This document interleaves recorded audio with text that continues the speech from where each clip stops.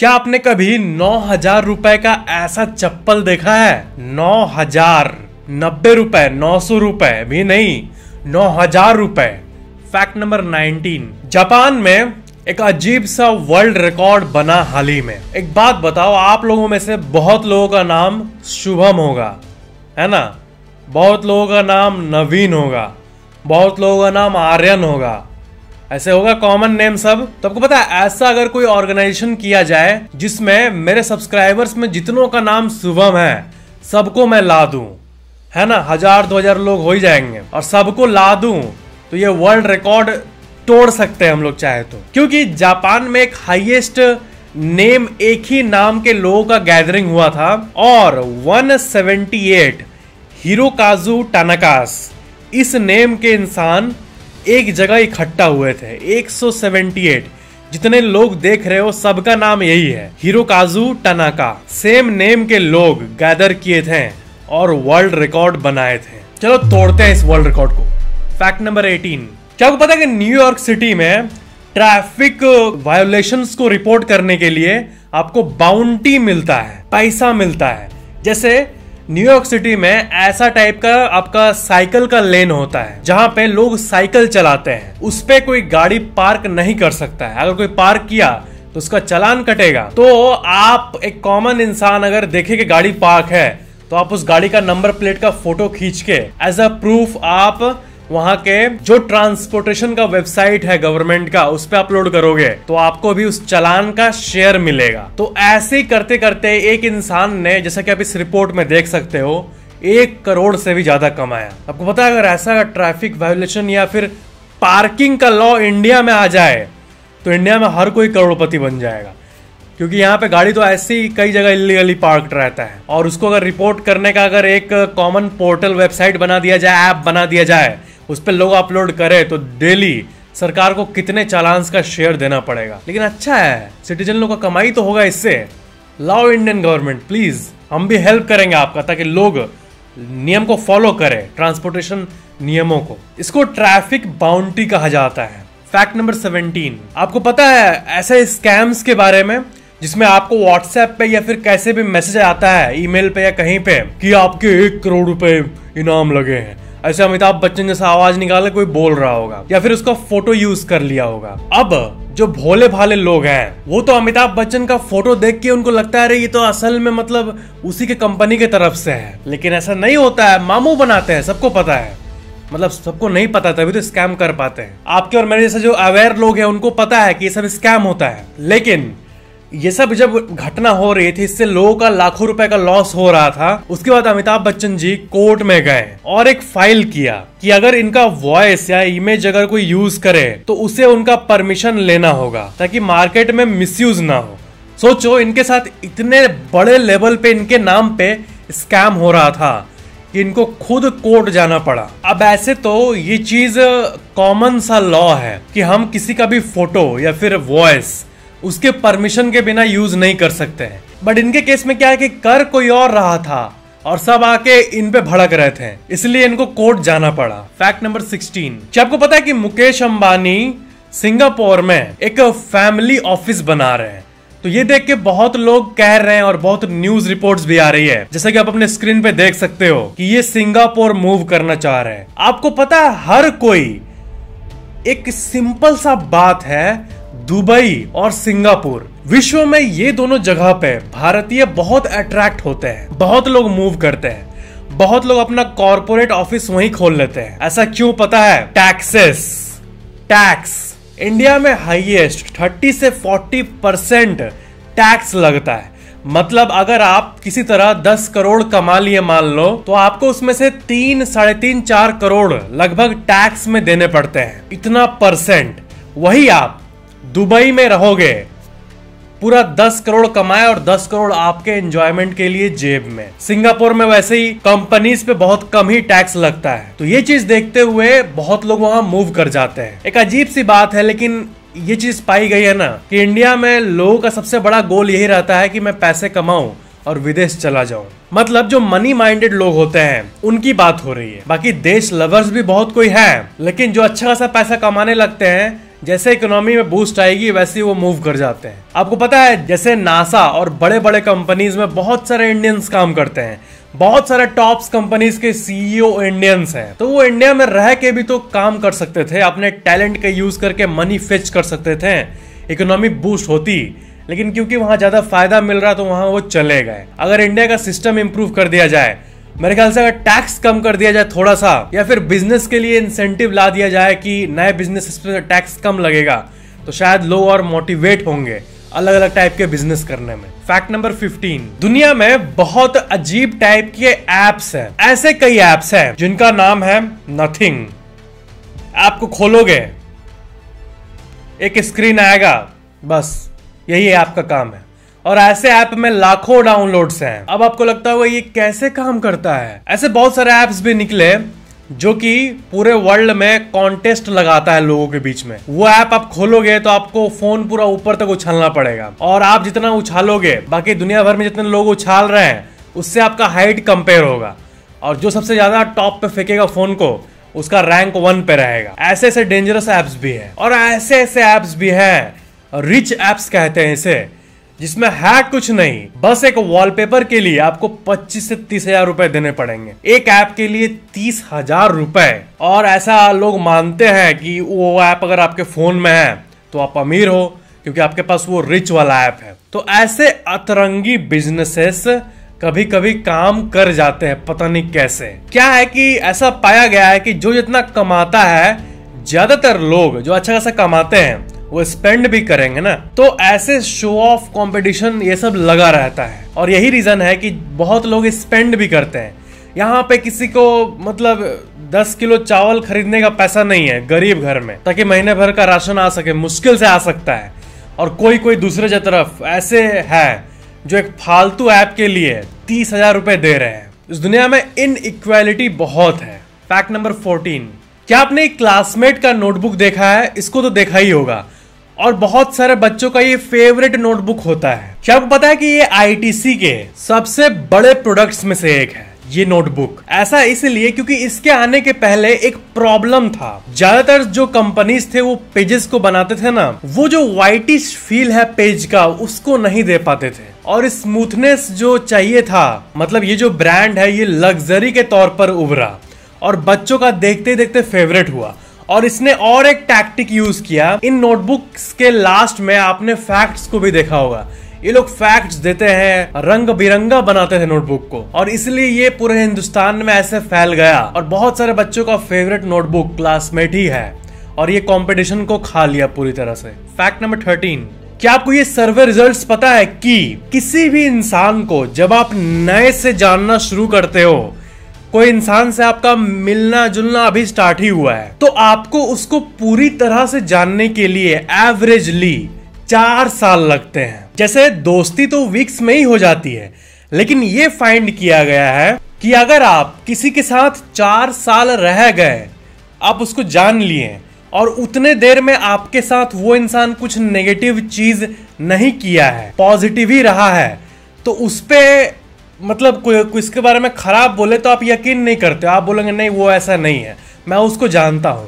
तो ये चीज होने में 4 साल लगती है। 4 साल वो पीरियड होता है जो कि भरोसा बिल्डिंग का होता है। उसके बाद वो इंसान आपके ऊपर भले कुछ नेगेटिव चीज भी करे ना, तो आपको लगेगा नहीं ये ऐसा है ही नहीं, मैं जानता हूं इसको, ऐसा आपको फीलिंग आएगा। फैक्ट नंबर 12, आपको पता है एक यूजफुल सा कहावत है कि बुरा वक्त, बैड टाइम्स जितना आपको नॉलेज दे सकता है, एक्सपीरियंस अंडरस्टैंडिंग दे सकता है, उतना आपको कोई भी और चीज स्कूल का पढ़ाई लिखाई कभी नहीं दे सकता है। मतलब जब भी कोई आपका टेंशन का वक्त, कुछ बुरा वक्त, सैडनेस का टाइम आता है ना, तो उससे कुछ सीखना चाहिए, ताकि वो जो सैडनेस का डिप का मोमेंट है लाइफ में, उससे बाद में कोई पॉजिटिव चीज आप कर पाओ। फैक्ट नंबर 11, वॉवेल्स जो होते हैं आपने पढ़ा ही होगा, AEIOU, यही वो रीजन है कि कीबोर्ड में इनको अलग कर दिया गया है। A इधर है, IOU उधर है, और E इधर है।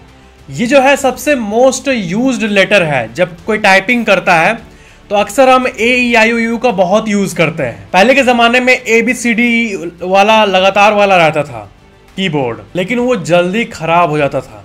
क्योंकि उसको लोग जल्दी याद रख लेते थे और माइंड में पता था कि ABCD यहाँ है, जल्दी जैम हो जाता था कीबोर्ड। तो फिर इसको चेंज करके अलग अलग कर दिया गया वॉवेल को, एक उधर कोने में एक इधर कोने में, ताकि लोग को टाइम लगे, खट ना करे, खट खट खट खट अलग टाइम लेके करे, और इसलिए क्वेटी कीपैड का जन्म हुआ।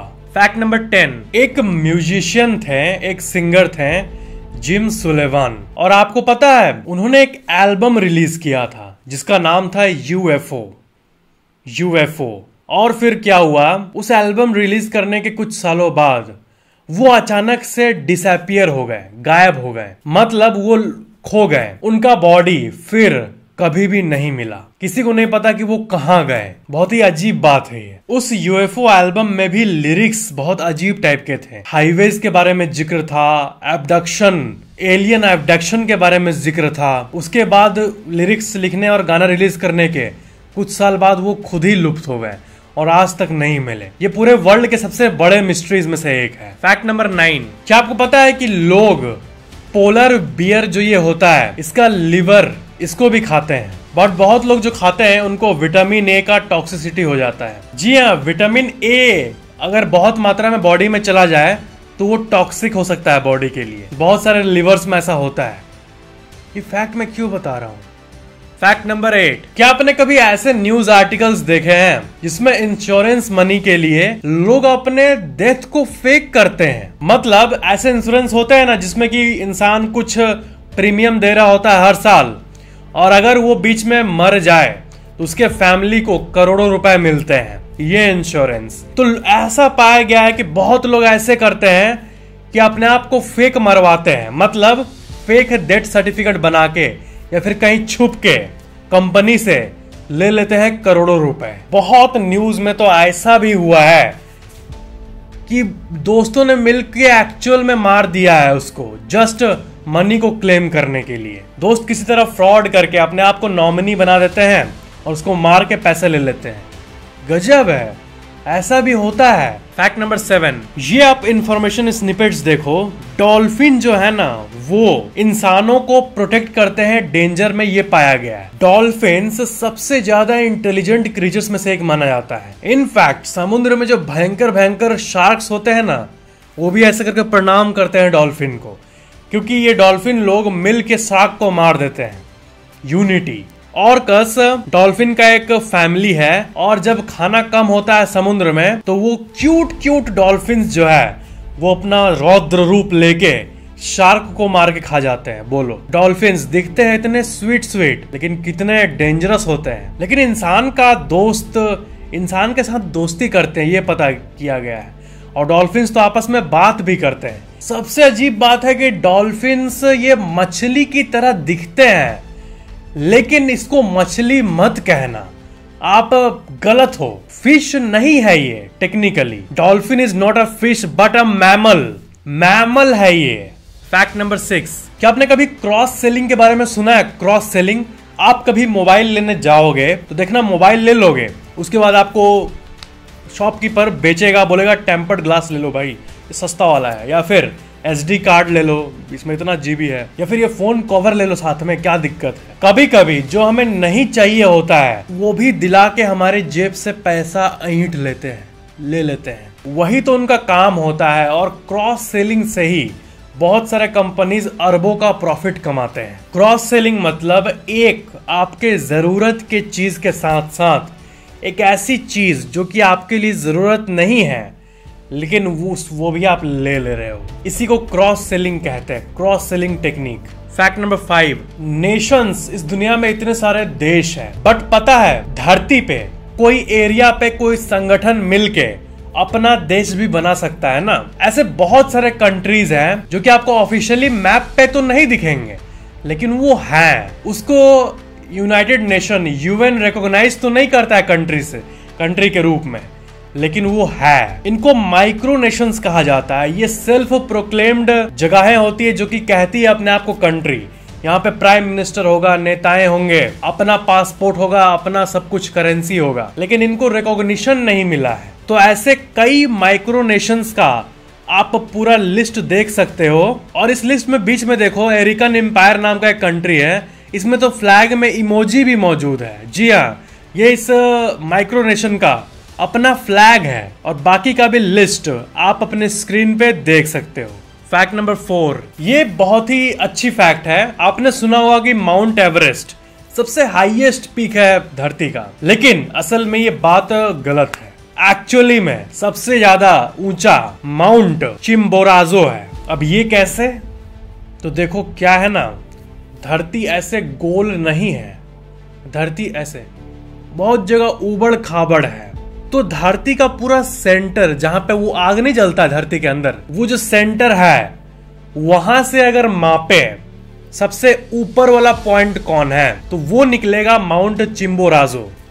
लेकिन धरती के सतह से मापे तो वो निकलेगा माउंट एवरेस्ट। माउंट एवरेस्ट ऊंचा है लेकिन सतह के कंपैरिजन में, क्योंकि धरती थोड़ी ऊबड़ खाबड़ है, पानी हटा कर देखें तो बहुत ऊबड़ खाबड़ है धरती। तो एक्चुअली में ट्रू पिक्चर सेंटर से मिलता है ना, कि हाँ धरती का सेंटर से कौन सबसे ज्यादा दूर है, हाईएस्ट लैंड पॉइंट, तो वो माउंट चिम्बोराजो है। लेकिन ऐसे अगर सेंटर से ना ले, सरफेस से ले, तो माउंट एवरेस्ट को पहले ही एडवांटेज मिल जाता है, क्योंकि धरती ऊपर खाबड़ है ना, इसलिए ऊपर चला गया है। तो ये फैक्ट है।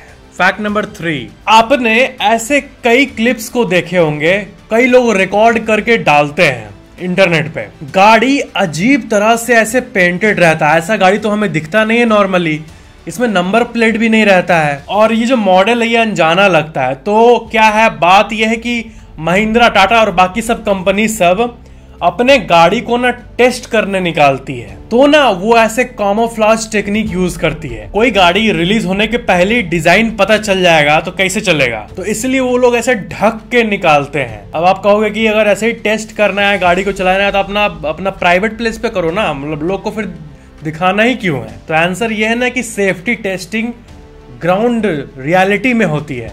वो लोग टेस्ट एक्चुअल में रोड्स पे करते हैं ताकि सही से रिजल्ट्स को ऑब्टेन किया जा सके। बंद कमरे में या फिर बंद जगहों पे, फैक्ट्रीज में तो हर रिपोर्ट में ही सेफ आएगा, लेकिन वो उसको बाहर एक्चुअल में रोड पे टेस्ट करते हैं। बहुत कम जगह पे लोग, जहाँ पे उतनी पब्लिक की आवाजाही नहीं है, वहीं पे करते हैं टेस्ट। लेकिन कई बार ऐसे लोग रिकॉर्ड कर लेते हैं, अरे कौन सा गाड़ी नया लॉन्च हुआ है, काश ये ढके नहीं होता तो हमें डिजाइन दिख जाता। लेकिन कई कंपनीज जानबूझकर मुंबई और बाकी अच्छे जगहों पर ऐसे टेस्टिंग करती है ताकि लोगों को लगे, हाँ लोग पूरा एकदम पगला जाए, एकदम हाइप बने कि महिंद्रा का कौन सा गाड़ी है रही है। तो वो फ्री पब्लिसिटी के लिए भी ऐसा करते हैं ताकि कंपनी को पब्लिसिटी का प्रॉफिट हो। फैक्ट नंबर 2, क्या आपको पता है ये फैक्ट कि इंडिया में जितने भी आईफोन्स बिकते हैं उसमें से मेजॉरिटी, माइनॉरिटी कम नहीं, मेजॉरिटी पार्ट, आधे से भी ज्यादा EMIs पे बिकते हैं। मतलब इससे ये पता चल रहा है कि आईफोन का क्रेज इतना है कि जो लोग अफोर्ड नहीं भी कर सकते हैं वो भी EMI से लेकर आएंगे, लेकिन लेंगे आईफोन। इसलिए आधे से ज्यादा आईफोन EMI से ही बिक रही है। कितनी गजब बात है ये। और यहाँ पे एक मार्केटिंग फैक्ट और जान लो आप, ये लोग जो EMI पे देते हैं ना, कई बार ये लोग कहेंगे कि 4% पर मंथ के इंटरेस्ट पे ले लो बस, और क्या।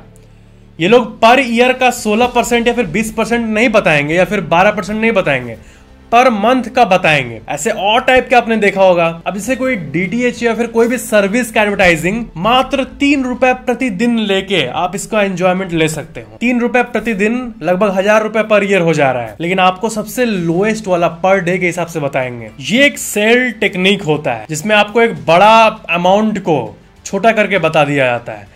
जैसे कि 10,000 रुपए आपका कोई चीज में लगेगा, कोई सब्सक्रिप्शन आप लो अगर, तो 10,000 ना बोल के बोलेंगे कि आपका दिन का खर्चा मात्र 30 रुपए पड़ रहा है, 30 रुपए पर डे में इसको एंजॉय कीजिए ताकि लोग को सस्ता लगे। बिल्कुल वैसे ही 399 499 वाले टेक्निक जैसा, 500 ना लिख के 499, ये वाला टेक्निक जो है बिल्कुल वैसा ही ये भी है। और सबसे गजब बात, ये टेक्निक्स काम भी करती है और लोग भर भर के आईफोन EMI पे ले रहे हैं।